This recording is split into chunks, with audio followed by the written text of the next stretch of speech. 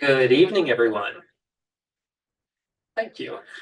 Thank you all so much for joining us tonight. My name is Jasper Dent. I'm the event coordinator for McNally Robinson Booksellers here in Saskatoon. This event is being held on Treaty 6 territory. This is the land of the Cree, Dene, Saulteaux, Dakota, Nakota, and Lakota, and homeland of the Métis. It's my pleasure to welcome you to the belated Saskatoon launch of Finding Flora by Elinor Florence, published by Simon & Schuster Canada. We're so thrilled to have Elinor visiting us tonight. Thank you so much for making the trip. I don't know where you went. There you are. Hi. Thank you for being here. Just to know that this event is being live streamed, so we've just got a camera up to your right here, focused on the stage, not the audience. I'd also like to take this moment to remind you all to silence or turn off your cell phones. Thank you. If you'd like to buy copies of Finding Flora, we have some up here on the signing table as well as on the desk by where you first walked in. We'll have a signing after the presentation tonight, and you're welcome to get your book signed before you purchase it. We just ask that you please remember to stop by the cash desk on the way out. Thank you in advance. And this is where I would normally say a few words of introduction for Elinor, but as she informed me before the event, she's going to basically be telling you her life story, so anything I say would be redundant. I will tell you she's a best-selling author, and this is a fantastic book, and I will let her take it on from here. Everyone, please welcome Elinor. Thank you so much, Jasper. That was excellent. I love coming to McNally. This is my third book launch here. I've written 3 novels now. And of course, Saskatchewan is my home and native land, so it's always a pleasure to come back here. And I'm just going to, I know some of you have heard my talk before because you've been at my previous launches, so I apologize in advance if it's a little repetitious. But I'm hoping that your memories are failing like mine, so you won't remember what I said anyway. So I'm just going to start right in by telling you that I was raised on a farm 8 miles east of North Battleford.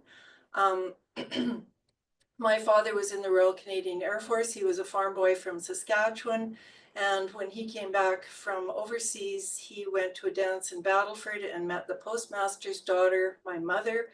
And they wanted to farm, but my grandparents' farm wasn't big enough for 2 families. So with the help of the Veterans Land Act, he bought an airport. The British Commonwealth Air Training Plan was very active in Saskatchewan during the war. And North Battleford was such a big air training base that they had 2 relief airfields, one east of town and one north of town. And my dad bought the Breda Airport, as it was called. And it had some serviceable buildings on it. The Department of National Defense there's still a hangar on the property. And this house was a little barracks building. It's covered with green military shingles, but they moved in and that's where I grew up. This was my family home. And my dad had to plow up all the grass runways to plant wheat, which was quite a job, but he did. And so this is a photograph that was taken in 1954. I was 3 years old. I was born in 51. And they took it to show how high this bumper crop of wheat was.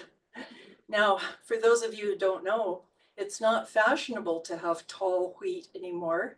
Back in the day, the higher your wheat was, the better. But now they've created dwarf varieties because they realized it was creating too much straw.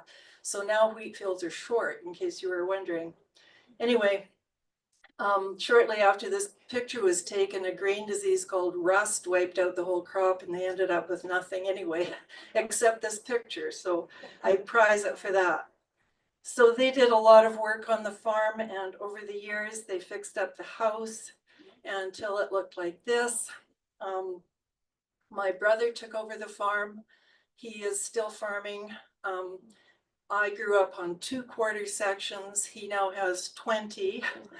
You know how farmers have to get big or die in Western Canada. And he built a new house in the same yard, which is quite typical, and raised his kids there. And now my nephew, Andrew, is taking over the farm. So it's going into another generation, which we're all really thrilled about. The old house is still standing. It's unoccupied now. For many years, my parents came home every summer. They retired and moved away from the farm, but they came home every summer. And this is also a very prized photograph because it was the last summer that my mom was there in 2017. She died later that year. But I took the picture of her in the old farm kitchen. You can see nothing has changed over the years. It's still got linoleum on the floor and the cook stove and everything. Anyway, I grew up here, and then I attended the University of Saskatchewan, took my English degree.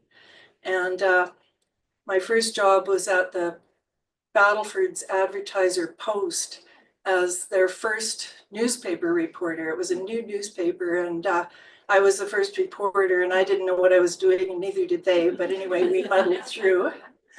And I loved that, and I decided I wanted to become a journalist. So I went back to university, and at that time, there was no degree granting institution in Western Canada that offered journalism.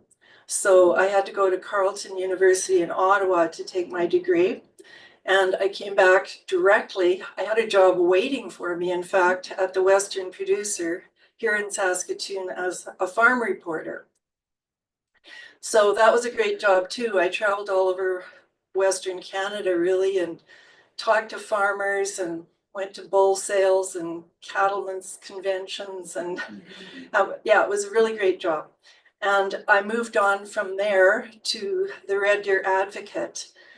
Started there as a farm reporter, ended up staying at that newspaper. It was daily newspaper for 10 years and ended up as the city editor.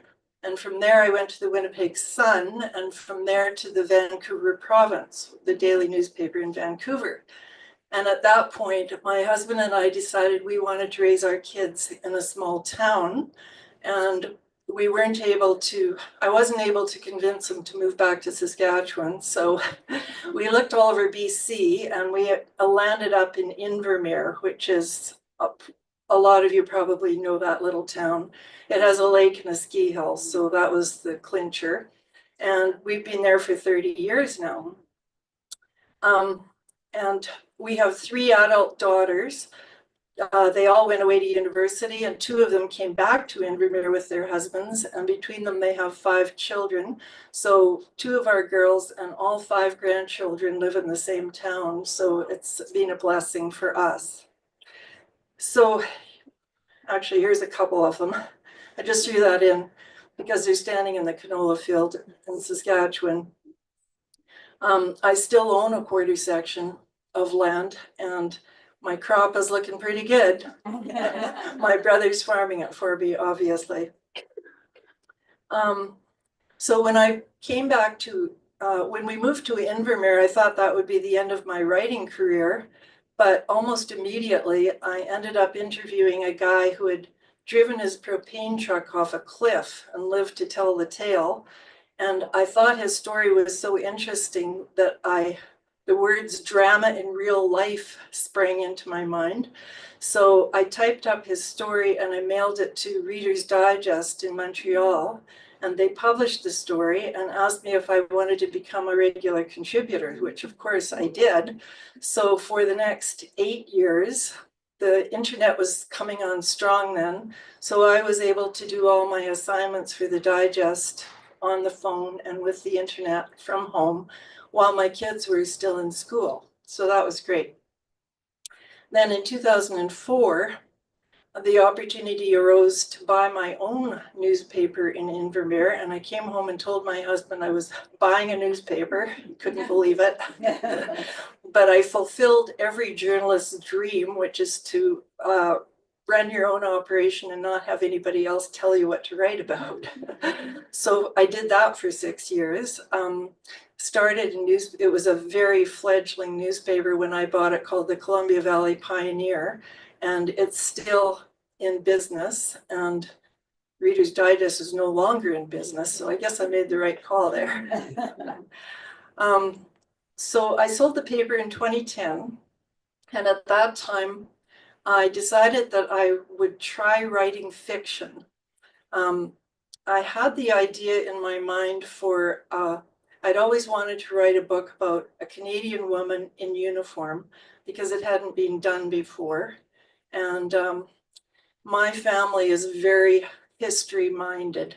My sister-in-law said yesterday that she's never had a meal in which we didn't sit around and talk about family history or farming history or whatever. So I heard a lot about World War II from my parents, my dad who was in the Air Force, my mother who was a teenager in Battleford during the Second World War. And I wanted to write about, my first book, Bird's Eye View, is about Rose. She's a farm girl from Saskatchewan. She's working for her hometown newspaper when war breaks out. And she goes overseas and becomes an interpreter of aerial photographs. And I won't bore you with all the technical details, but it is very much a Saskatchewan story because throughout the book, she's getting letters from her mom and her friends back here telling her what's happening on the prairies during the war too. So it's a very Canadian perspective. And I finished that book and sent it to a publisher in Toronto, Dundurn Press, and they published it. So that was a real thrill. I didn't have to go through the agony of rejection because the first publisher I sent it to did publish it. And then I decided to try again, and I didn't want to do wartime again. So I thought I would write, actually, I had the idea, I wondered if a young woman today could endure the life of our pioneer ancestors. So I created a contemporary book in which this young single mother from Phoenix, Arizona, inherits an abandoned farm way up in the Peace River, Alberta district, on condition that she lives there for 1 year off the grid. So she's never even seen snow before. And she takes her little girl and moves into this old house. It has furniture, but no internet, no power, water, or anything. So I won't tell you what happens. She has to try to hang in there for 365 days to get the farm. And that was also quite successful, but that really sparked my interest in homesteading. And I'll just go back to my family here for a minute. These are my grandparents, George and Mary Margaret Florence, and they homesteaded at Maymont in 1905. Mary Margaret's mother was a half-breed from Manitoba. And my grandfather also came from Balmoral, Manitoba, because his parents had previously homesteaded. So the Homestead Act was in effect for a long time. It came in 1872. So my great-grandparents came from Scotland and homesteaded at Balmoral. And then 25 years later, my grandfather moved over here to Saskatchewan and homesteaded at Maymont. So there's a long homesteading tradition in my family. My grandmother's mother, who was a half-breed, and I use that term because that was the legal term until 1982 when it was changed to Métis. She was a half-breed, unfortunately died giving birth to her youngest child. So this is my grandmother's family. She's standing up in the back. And my great-grandfather is seated in the middle. And he, after his wife died, he picked up all the kids and moved from St. Andrews, Manitoba, over to Richard, Saskatchewan, where he homesteaded, and that's how my grandparents met each other. And thanks to Mary Margaret, we have a clear paper trail back to our original Indigenous ancestors, so we have legal Métis status in Canada. So just to talk a little bit about how I came up with the new book. I was really interested in homesteading, and I really wanted to write a book about a woman homesteading alone. And when I started doing my research, I was so horrified to find out that the Canadian government never let single women claim a free homestead. The American government was perfectly open to the idea, and thousands of single women in the States got homesteads. But the Canadian government, I think, was still very much kind of a British institution, very old-fashioned and misogynistic, I might say, and they just didn't believe that women could do it. They wanted women, single women, to marry farmers and have white children. That was the basis of it. So anyway, the Homestead Act came into effect in 1872, and I'm just going to give you, I know a lot of you will know this. When I speak to city audiences, many of them don't even know what a homestead is. They've barely even heard of it. So I'm just going to give you a quick little lesson here. So in 1872, our country was formed in 1867. In 1870, the Bay handed over what was in essence 30% of the land mass in Canada, consisted of Alberta, Saskatchewan, not Manitoba, the Northwest Territories, Northern Quebec, Northern Ontario. They owned all that land. It was acquired by the federal government, and they wanted to open up the West to homesteading, so they passed the Homestead Act in 1872 and offered 160 acres of free land to anybody who could meet certain conditions. Now, this is where the criminal aspect comes in, because they mounted this enormous propaganda campaign overseas, telling people that they were going to come over here to a Garden of Eden. And they published all these amazing posters and pamphlets and sent people over to lecture in lecture halls in England, Scotland, and Ireland, telling people what to expect. And they came expecting this. Can you imagine somebody thinking she was going to wear a white dress and carry a bouquet of roses on the Saskatchewan prairie? But they didn't know any better. I mean, there was no media, there were no photographs, there were no letters from anybody who was here. So this is what they thought they were coming to. And 160 acres, if you're from Europe, it's a huge mass of property. So, I mean, I could show you a dozen posters like this, but they're basically all the same: wealth and prosperity. And people started to come. So by 1911, 1.6 million people had arrived. So you think we have immigration today. It was, it was a flood of immigrants here then. Most came from Britain because that was the focus of the propaganda campaign. And then they realized, well, maybe we could open it up to other people as long as they're white people. You will not see any BIPOC homesteaders. They opened it up to, Ukrainians, Germans, the whole gamut there. A lot of them came from Europe, but a lot also came up from the States because they'd already come to this continent, established themselves, maybe had some money and could sell their land down there and get free land here. And also Ontario and Quebec, a lot of homesteaders came from there. So they got off the train. If they came from overseas, they got off the train expecting the Garden of Eden. And this is what they found. So the conditions were very stringent, and a lot of homesteaders could not fulfill those conditions. One was that they had to build a habitable dwelling and live in it for 3 years.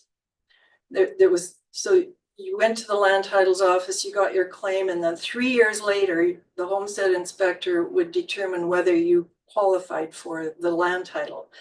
So if you came with a little bit of money, you could afford to buy milled lumber and construct a shack out of actual lumber with glass window panes. You probably can't see the caption, but it says Bachelor's Palace, Maymont, Saskatchewan, 1911. Sometimes two guys got together to help each other and built a shack together. If you arrived without any money and you couldn't afford to build a house and you had property with some trees on it, then you'd chop down the trees and build a log cabin of some sort. And if you claimed 160 acres that didn't have any trees on it, you made your house out of dirt. You actually cut the blocks of sod and piled them up like a snow fort and created something to live in. You might have even lived in a tent for the first year. Some people even wintered in a tent, which was incredible. And there are still a few of these shacks around in Saskatchewan. A lot of people turn them into chicken coops or some other kind of dwelling. So my heroine, I created a heroine named Flora Craigie. She's from Scotland. I don't want to give away too much of the story because I know not everybody has read it, so I'll try not to tell you what happens. But she is traveling across Canada on the train. That's how I picture she looked. She has long red hair. She's traveling across Canada on the train with her new husband. She's married a man she doesn't love just so that she can escape a life of servitude in Scotland and have a home of her own. That's her dream, to have her own home. And she realizes to her horror that she's made a terrible mistake and married an abusive man. So she jumps off the train in the middle of the night to get away from him and finds herself alone on the prairie. She doesn't have enough money to get back to Scotland.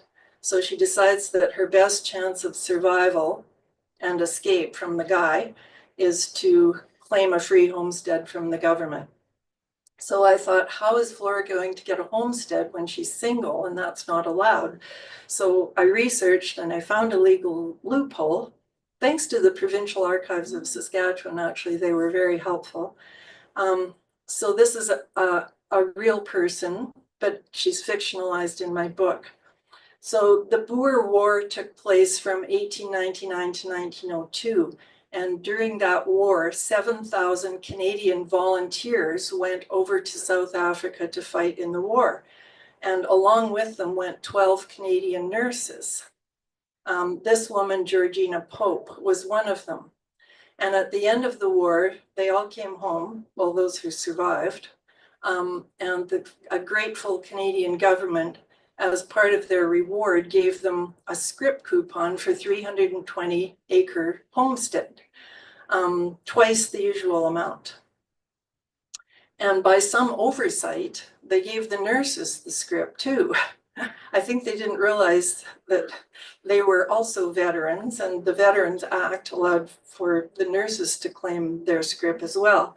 Now, most of the men and all of the nurses had no interest in homesteading, so they sold their coupons to other people, and therefore Flora was able to acquire a 320-acre homestead from the nurse in my book. So people have asked me, why didn't you set the book in Saskatchewan, my home and native land? And the reason is, first of all, there was no Saskatchewan then, or Alberta. It was all the Northwest Territories. But secondly, I ran across in my research a very interesting story about how the village of Alex, Alberta was named. Alex is a little tiny place about 15, 20 kilometers east of Lacombe in central Alberta. And because I had lived in central Alberta for 10 years, I was very familiar with this terrain, which is much like here. We're all in the parkland area of the prairies. Anyway, Flora travels to Red Deer, and this is what Red Deer looked like in 1905, much like a lot of little prairie towns. You'll see that they have boardwalks, and that was the first thing towns did, was put in a boardwalk so that people could walk down the street without stepping in horse dung. It doesn't have lamps yet. Gas lamps would have been lamp posts would have been the next step. But a couple of these buildings in Red Deer on Main Street are still in existence. She went to the Red Deer Land Titles Office, and this was at the time the busiest land titles office in Canada. People, flocked there. The land was good, and there was a train station there, and so many, many thousands of people came to claim homesteads there. She would have gone into the land titles office, which this is an actual photograph of the interior, and the clerks are standing by ready to sign people up. So you went in there and they showed you a map and said, where do you want your homestead? Well, it's just a checkerboard for most people. They wouldn't have the faintest idea. Now, if people came early and they had a little bit of money, they might have been able to hire somebody to take them out and show them around, and they could pick a spot where they thought would make a good homestead. But if they hadn't done that, or they didn't know enough to do that, then the land titles clerk would just assign them a quarter and off they'd go.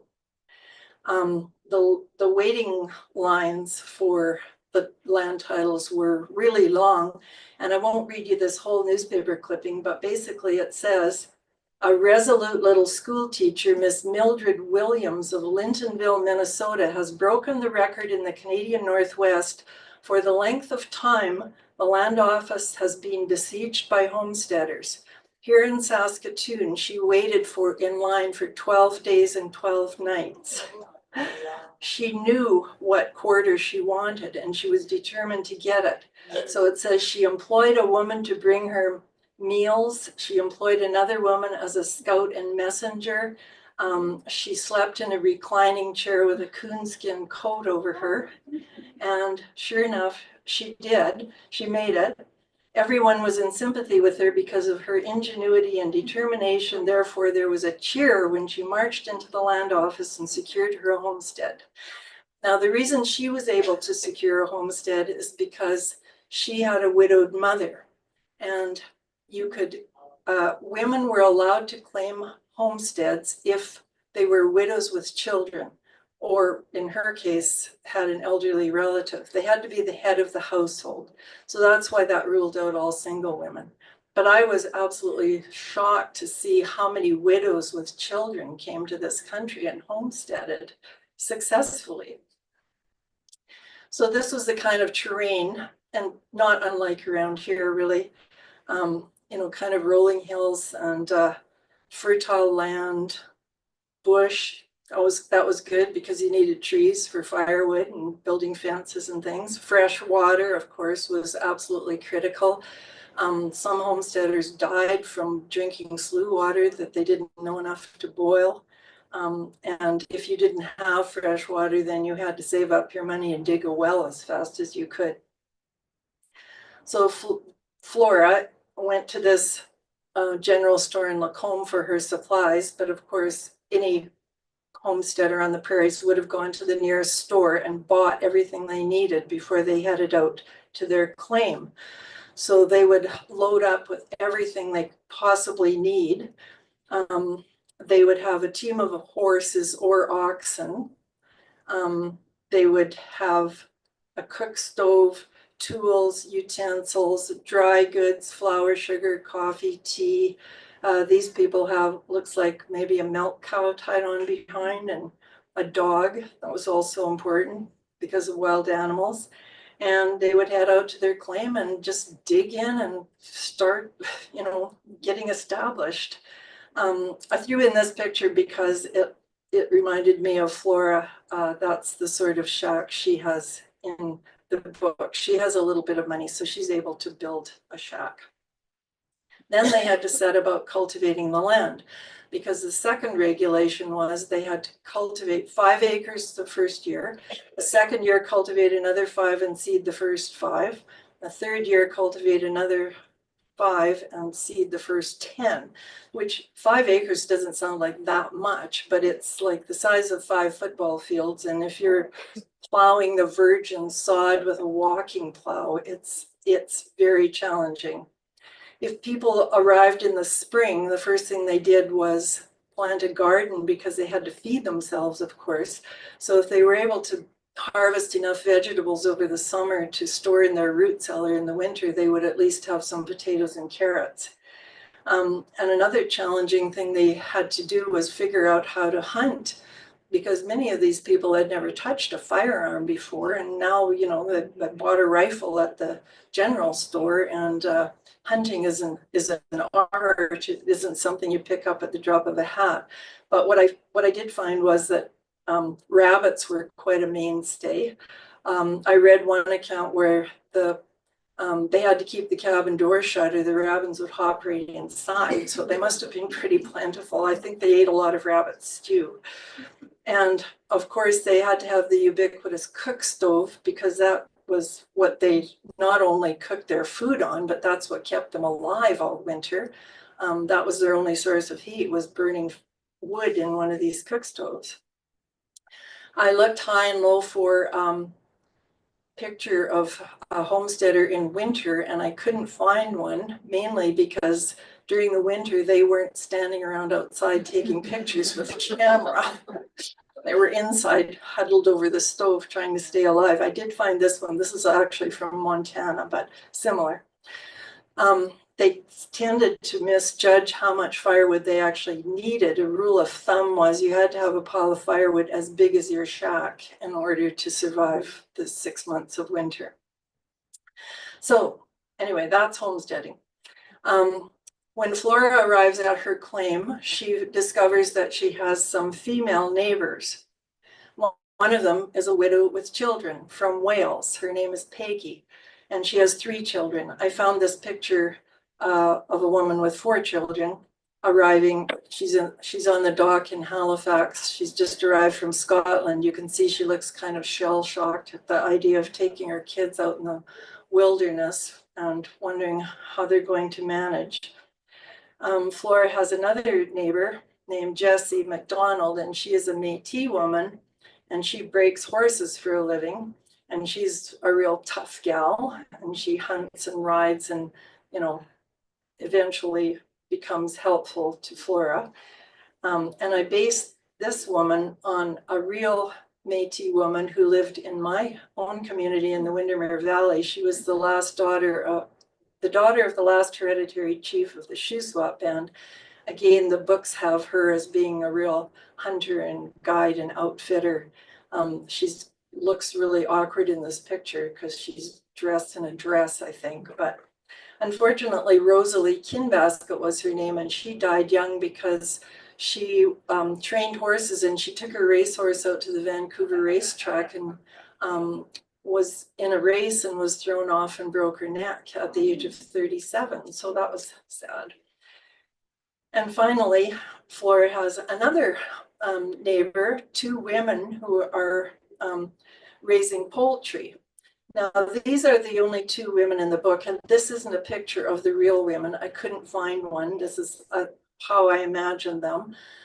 But they were in the book called The Chicken Ladies, and they were a real couple who lived near Alex, Alberta, and raised poultry. And I found them in the Alex history book, and I thought they were too good not to include in my novel. They came up from Boston, and so at the time, the term was these women were in a Boston marriage. I don't know if you've ever heard that term, but it simply means 2 women who set up house together. In those days, women didn't make as much money as men, so it wasn't uncommon for 2 women to share their expenses and live together. They may have been gay, they may not, it doesn't really matter, and I'll let you draw your own conclusions. Now, as far as the villains in my book are concerned, this was the bad guy, Frank Oliver, who was a very influential guy in Alberta. He was the publisher of the Edmonton Bulletin, which was the first newspaper in Western Canada. He was a lifelong Liberal, and when the Liberals came into power in Ottawa, he became Minister of the Interior, in charge of the Homestead Act. And he was absolutely death on women farmers and non-whites. So he was also tasked with enforcing the Indian Act, and he wasn't very nice to the Indigenous people either. He's known for carving sections off reserves and selling them to his friends. So, however, it was Frank Oliver who was instrumental in having Edmonton declared the capital of the Northwest Territories, or the capital of Alberta when it was formed. Everybody thought it would be Calgary. Calgary certainly thought it would be Calgary. They were on the Transcontinental Railway. They were warmer. They were bigger. But Frank lived in Edmonton, so he used his influence with the Liberal Party in Ottawa to get Edmonton declared the capital, which it is to this day. Now, there is some talk in Edmonton of renaming Frank Oliver Park and a couple of other things in Edmonton because of his proven reputation as a racist and sexist. I don't actually agree with that. I think that we have to preserve history the way it happened, maybe put a plaque on his statue and say we don't agree with this person anymore, but don't tear it down. But that's another discussion. One of the most colorful characters in my novel was William Van Horn, president of the Canadian Pacific Railway. This guy was really something. He was a larger than life character. He was over 6 feet tall, massively built, liked the biggest and best of everything. He ate the biggest meals, smoked cigars, played the violin, had the biggest art collection in Canada, built the Transcontinental Railway, had this genius idea that they should build luxury hotels all along the railway that rich tourists would stay in, hence the Banff Springs Hotel, the Chateau Lake Louise, the hotel, the Bessborough, all down to this guy, William Van Horn. Interestingly, Van Horn didn't believe that Western Canada should have been surveyed into 1 mile sections. He thought that it would make a lot more sense if they did it the European way and had villages with the land radiating out in spokes. So then the homesteaders could all live together and support each other. And of course, that never happened. And in retrospect, he may have been correct because so many homesteaders went absolutely crazy from the isolation. Another real character in my book is Irene Parlby, who was a rancher's wife at Alex, Alberta. And she was one of the early suffragettes. And she's one of the famous 5. I don't know if you've ever heard of them, the famous 5 women who had women declared persons in the eyes of the law in 1929. My book takes place in 1905, so she's just kind of getting going then with a lobbying for the vote for women. And you may also be interested to know that the women on the prairies were the first to get the vote in Canada. And one of the reasons for that is because their husbands figured out, hey, we only have 1 vote in this house. If we had 2 votes, we'd have more power in Ottawa. Maybe we could actually do something. Obviously, the men all assumed the women would vote the same way they did, but it was men on the prairies who were instrumental in helping women get the vote first. And finally, this is Alex Westhead. The village of Alex is named after her. She came out from Britain with money. She and her wealthy husband ranched at Alex, raised cattle and polo ponies, if you can believe it, and shipped them back to England for their rich friends so they could play polo. So this was their house, their ranch house, so quite different than the usual homesteader's shack. And I would love to tell you more, but I think I'm going to leave it there because I don't want to give away the whole story. I hope I've sparked your interest, at least in the story. A couple of things. So my first 2 books are now out of print. McNally has a few copies remaining. Wildwood is pretty well finished. I think there are maybe 3 or 4 copies left here. Bird's Eye View is my Saskatchewan book. I think you would really like it for that reason alone. And they do have more copies of Bird's Eye View, but once those are gone, that will be the end of those 2 books for a year, because Simon & Schuster, my publisher, has now agreed to reissue those first 2 books next, a year from now. So if you want them now, thank you. And Simon & Schuster is also based on the success of Finding Flora, which is now on the bestseller list for 14 weeks. They have offered me a contract to write another book of my choice, as long as it's Western Canadian historical fiction, adventure, romance, which is fine with me. That is my wheelhouse. So that is scheduled for publication in spring 27. So in 26, they're going to bring out the first two books, and then in 27, my new book, which I haven't written a word of. It's just a vague idea in my head at this point. So as soon as I finish this holiday and get back to Invermere, I'll be starting work on that book. And finally, I do have a very active website and blog. I have now been writing my blog newsletter, really. I hate that word blog. I send it out once a month, the third Wednesday of each month.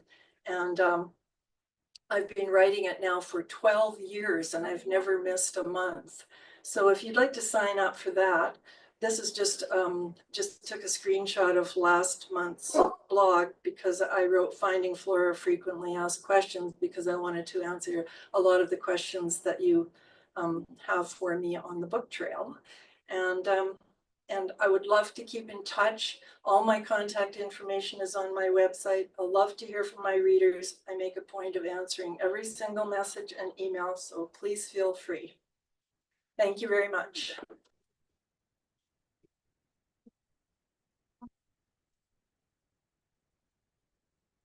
And I would love to hear your comments or your questions. You're welcome to email me as well, but if there's anything you'd like to ask me right now. I just want to know how you met your husband and where. Oh. How did you meet your husband and where? What's that got to do with it? Yeah. My husband, who's standing at the back there, is actually from Berlin, Germany, and he came over here as a young man because he read Jack London's Call of the Wild and decided to become a Canadian adventurer, and we met in Vancouver. Yeah. I have a question. How long does it take you to research a book? How long does it take you to do your research before you really get into your book? Well, I would say 6 to 12 months. I think I actually over-researched Flora because I love the research part and it's very hard to tear myself away. And I keep thinking, oh, I'll just read one more book before I start. I did end up reading probably 40 or 50 pioneer memoirs, which were all very fascinating before I actually got down to writing. Simon & Schuster is not going to give me that much time, so I'm going to have to shorten the research period this time to maybe, I hope, 3 or 4 months. My question, do you have a connection to Auchenblay? Well, not exactly, but the character in my book is a real person and he was from Auchenblay. So when I found him on Wikipedia, he is the jeweler in Red Deer, Mr. Mitchell. And when I looked him up, I've read his family history and I saw, oh, he's from Auchenblay, so I will put that in the book. It's where my great-grandparents grew up. So that's a really weird coincidence, yeah. Going back to your newsletter, my favorite story was the one about your hair. Yes. I have to go on there and look up that about Eleanor's hair. It's just the funniest one. Oh, thank you. I wrote a newsletter about how I'd spent all my life trying to curl my hair, which is bone straight. Don't want to ignore the back of the room here. Does anyone have questions back here? It's okay.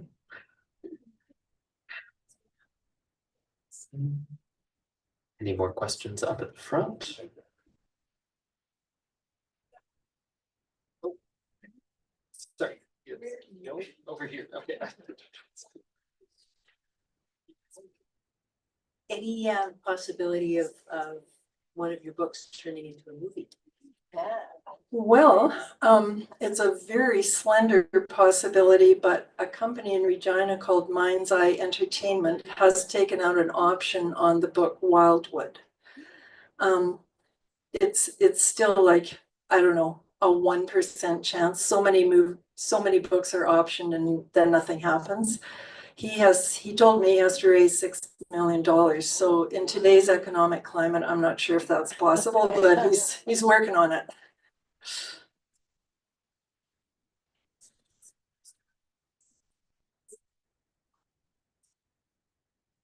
Hello, I'm a friend of, my name's Gail, I'm a friend of Eleanor's. Oh, hi, Gail. And we went to school from grades 1 to 12, same place. But I just want to say that my favorite item that you wrote about was your father's fudge that you made one time Oh, that he had to make. Anyways, I don't know if you called it your dad's fudge or whatever, but my sisters and I always called it Mr. Florence's fudge. oh, that's great. Thank you.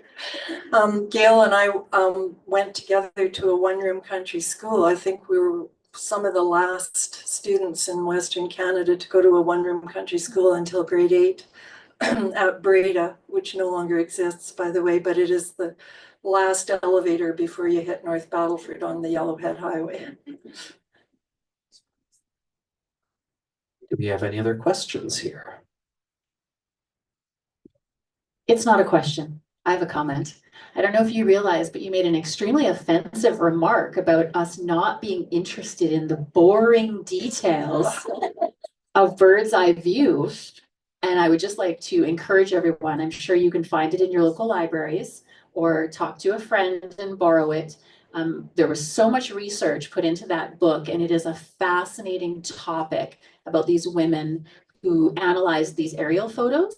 And I had never been immersed in that. So when I picked up the book, it was just fantastic. So don't ever say it's boring again. Okay.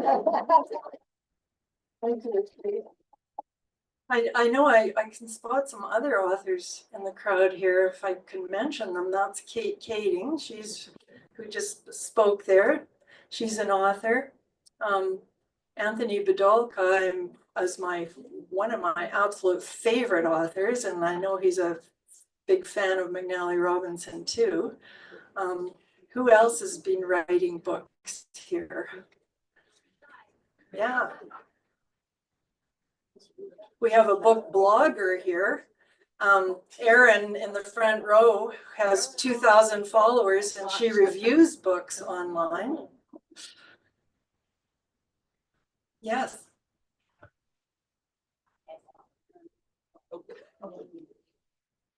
Another author, I know, am I going to embarrass Sharon Butala if I say hi, you're here too? Oh my goodness. That's wonderful. Sharon Butala, she's one of my favorites as well. And I just got back from East End where Sharon lived for many years and love that place. Do we have any more questions for Elinor here?